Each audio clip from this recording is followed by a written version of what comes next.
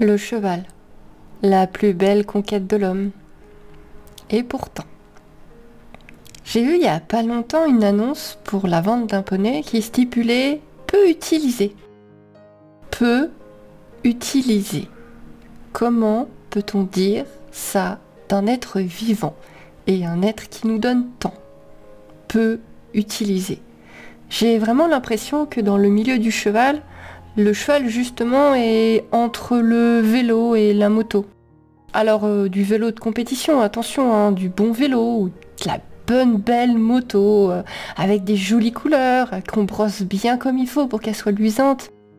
Mais par contre, si la moto ou le vélo n'a pas envie de travailler, a envie d'être un cheval, donc marcher avec ses congénères dans un champ, bah là ça coince, ça ne va plus du tout. Le cheval a cette particularité d'être à la fois un animal de compagnie, qui sert l'homme, qui apporte énormément de choses à l'homme, et à la fois un animal de boucherie. Et oui, puisque nous n'envoyons pas nos chiens et nos chats à l'abattoir, par contre on envoie le cheval à l'abattoir, très souvent, sans scrupule. Un cheval qui a fait 10 ans avec des cavaliers sur son dos peut se retrouver à la boucherie sans aucun souci, juste après. Vous allez me dire, oui, les vaches, les cochons, les moutons aussi vont à la boucherie. Dans ce cas-là, on devrait être tous véganes. C'est vrai, c'est une façon de voir les choses. Par contre, ce sont des animaux qui sont élevés pour ça, dans ce but.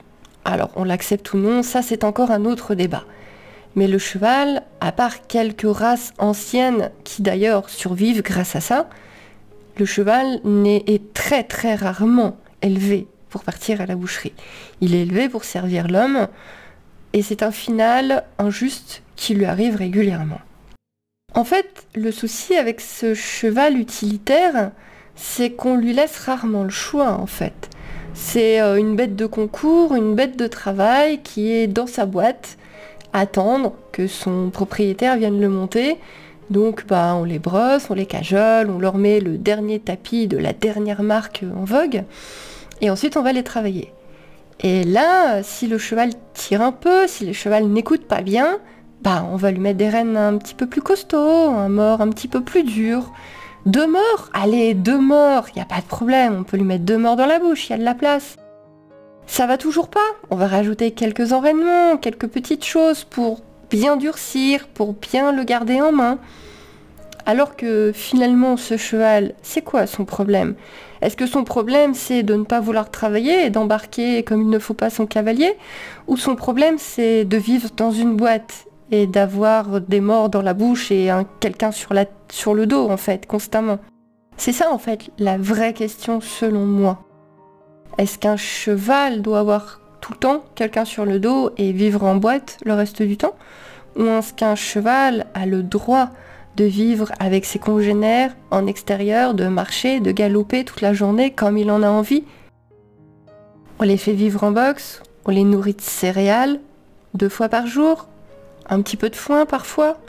Un cheval a besoin d'avoir de la nourriture constamment dans son ventre.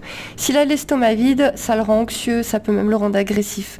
Ça fait partie des problèmes de comportement qu'on a en fait en écurie. Le poney est de mauvaise humeur, il va saouler aujourd'hui. Ouais, mais le poney il a le ventre vide depuis 4 heures. On oublie leurs besoins vitaux pour nos besoins à nous, et du coup, on en revient au vélo, ou à la moto, comme vous préférez. Qui doit être sage, qui doit travailler, qui doit fermer sa gueule.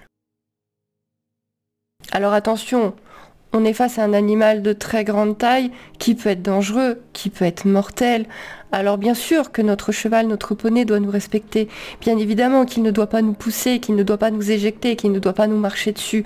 Bien sûr qu'on doit se faire respecter, qu'il doit connaître ses ordres de base. L'un n'empêche pas l'autre.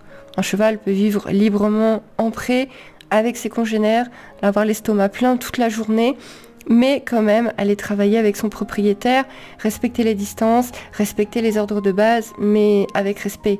Un respect mutuel.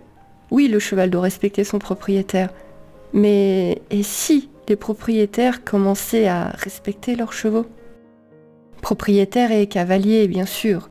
On est quand même nombreux à payer 1 heure de cours avec un cheval, un poney, à pas tellement toujours s'intéresser à sa vie. Mais du coup, ça serait bien quand même que les mentalités changent, qu'on apprenne que c'est un animal vivant qu'on a sous les cuisses et qu'il a des droits, des besoins, que c'est un animal de compagnie avant tout, et que vu tout ce qu'il nous donne, on devrait peut-être lui donner un peu plus. Un mort plus doux, un seul, c'est suffisant, c'est même déjà beaucoup parfois. Le promener, lui permettre de brouter, lui permettre de jouer avec ses congénères, que ce n'est pas un outil. Beaucoup de cavaliers, un peu de l'ancien style, on va dire, critiquent la mode de l'éthologie. Mais c'est pas une mode, c'est juste quelque chose de plus respectueux. On s'intéresse de plus en plus aux besoins, aux vrais besoins fondamentaux des chevaux. On s'intéresse de plus en plus à l'équilibre cavalier-cheval, mais pas encore assez, je pense. Ça rentre, ça arrive, ça commence. Faut s'y intéresser plus, toujours plus. Bien sûr, on peut monter son cheval, bien sûr, on peut lui demander beaucoup, mais il faut lui donner aussi à lui. Il faut pas seulement le mettre dans une boîte, le gaver de céréales 2 fois par jour et espérer que ce soit un bon, gentil petit cheval qui bougera pas sur la piste. N'oubliez pas que votre cheval, votre poney, l'animal que vous louez pendant les cours, n'est pas un vélo. Il n'y a pas d'histoire de peu utilisé. Il a des besoins, il a des sentiments. Une petite carotte à la fin du cours, l'emmener brouter un petit peu au bout de sa longe si vraiment on peut pas le mettre en prairie. Des petites choses, des petits respects qui feront déjà beaucoup de bien.